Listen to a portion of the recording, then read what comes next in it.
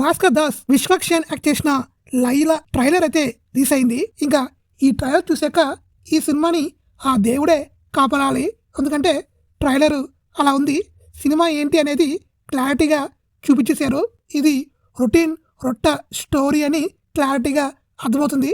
అయితే హైదరాబాదీ స్టైల్లో అయితే ఈ సినిమా తీశారు. ఈ టైప్ స్టోరీలు చాలానే వచ్చినాయి.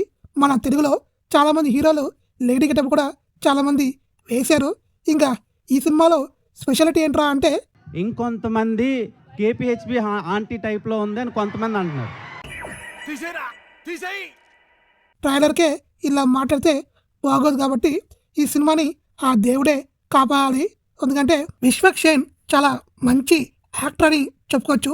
నాకైతే మెకానిక్ రాకీ ప్రీ క్లైమాక్స్ ముందు వరకు చాలా బాగా అనిపించింది. ఎప్పుడైతే నరేష్ గారు చావలేదు బతికే ఉన్నారని రివీల్ అయిందో ఆ ట్విస్ట్ తర్వాత సినిమా టోటల్గా డౌన్ఫాల్ అయిపోయింది. సినిమా ఫ్లాప్ అయింది తప్ప లేకపోతే హిట్ అయ్యే సినిమానే. అయితే మన విశ్వక్షేణ్ టైం బాగోలేక అది ఫ్లాప్ అయింది.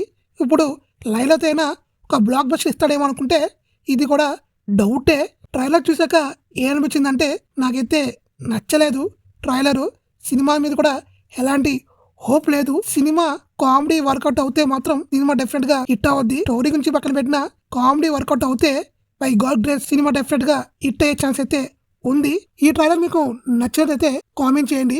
అలానే ఈ వీడియోకి ఒక లైక్ కూడా కొట్టేయండి ప్లీజ్. ఏముంది పెద్ద ఖర్చు ఏం లేదు కదా, ఒక్కసారి ఆ లైకో ఆ కామెంటో చేసేయండి.